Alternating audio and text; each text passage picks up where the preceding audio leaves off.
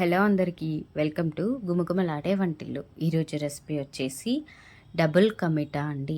చాలా సింపుల్గా, చాలా టేస్టీగా, నోట్లో వేయగానే వెన్నలా కరిగిపోయే ఈ బ్రెడ్ హల్వాని లేదు అంటే డబుల్ కమిటాని ఎలా ప్రిపేర్ చేసుకోవాలో చూసేద్దాము. చాలా సింపుల్గా, చాలా క్విక్గా అయిపోయే స్వీట్ రెసిపీ ఏదైనా ఉంది అంటే అది ఇదే. సో దీనికోసం నేను 4 బ్రెడ్ స్లైసెస్ని తీసుకున్నాను. వీటికి ఉండే ఈ బ్రౌన్ పార్ట్ అంతా కట్ చేసేసుకోండి. ఇలా కట్ చేసుకొని అన్ని సైడ్లు పూర్తిగా కట్ చేసుకోండి. అప్పుడే మనకి టేస్ట్ అనేది బ్రెడ్ హల్వా టేస్ట్ బాగుంటుంది. ఇప్పుడు వీటిని వీలైనంత చిన్న ముక్కలుగా కట్ చేసుకోండి. నేను ఇక్కడ 4 పీసెస్గా చేస్తున్నాను అనమాట. ఈచ్ బ్రెడ్ స్లైస్ని 4 ముక్కలుగా కట్ చేస్తున్నాను. అప్పుడే మనకి మరీ చిన్నగా కాకుండా మరీ పెద్దగా కాకుండా పర్ఫెక్ట్గా సెట్ అయిపోతాయి. ఇలా కట్ చేసి పక్కన పెట్టేసుకోండి. ఇప్పుడు స్టవ్ ఆన్ చేసి స్టవ్ పైన ఒక ప్యాన్ పెట్టేసుకొని ఇందులోనే 1 టేబుల్ స్పూన్ వరకు నెయ్యి వేసేసుకోండి. ఈ నెయ్యి బాగా కరిగిన తర్వాత ఇందులోనే మీకు నచ్చిన డ్రై ఫ్రూట్స్ని యాడ్ చేసేసుకోవచ్చు.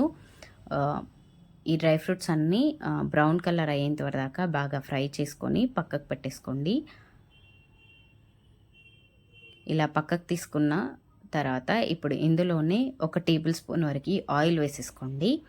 మీరు కావాలి అంటే నెయ్యి కూడా వేసుకోవచ్చు. బట్ నేను ఇక్కడ ఆయిల్ అండ్ నెయ్యితో కాంబినేషన్లో చేస్తున్నాను. ఇలా ఈ ఆయిల్ నెయ్యి బాగా వేడయిన తర్వాత ఇలా బ్లడ్ సైజెస్లు అన్నిటినీ కూడా ఇలా వేసేసుకోండి. మనము కావాలి అంటే మీరు డీప్ ఫ్రై కూడా చేయొచ్చు, కానీ నేను ఇక్కడ షాలో ఫ్రై చేస్తున్నాను. ఇలా ఒక సైడ్ వేగిన తర్వాత రెండో సైడ్ టర్న్ చేసేసుకోండి ఒక్కొక్కటిగా. ఇలా అంతా పూర్తిగా గోల్డెన్ బ్రౌన్ కలర్ వచ్చేంత వరదాకా ఒక 2 నుండి 3 నిమిషాల పాటు బాగా ఫ్రై చేసుకోవాలి.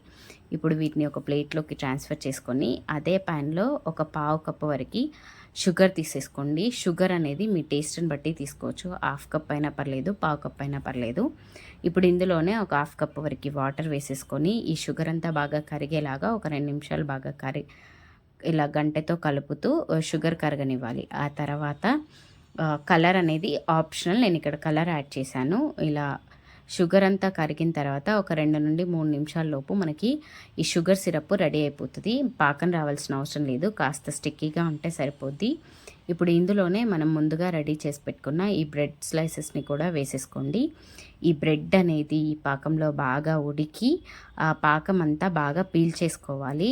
ఇలా ఒక 2 నుండి 3 నిమిషాల పాటు మీడియం ఫ్లేమ్లో మగ్గనివ్వాలి. ఆ తర్వాత మనం కాచి చల్లార్చుకున్న ఫుల్ ఫ్యాట్ మిల్క్ తీసుకున్నాను నేను ఇక్కడ. మీరు నార్మల్ మిల్క్ అయినా తీసుకోవచ్చు, కాకపోతే ఫుల్ ఫ్యాట్ మిల్క్ తీసుకుంటే మనకి ఇలా కోవాలా రెడీ అవుతుంది అనమాట. మీరు కావాలి అంటే కోవాని కూడా వేసుకోవచ్చు.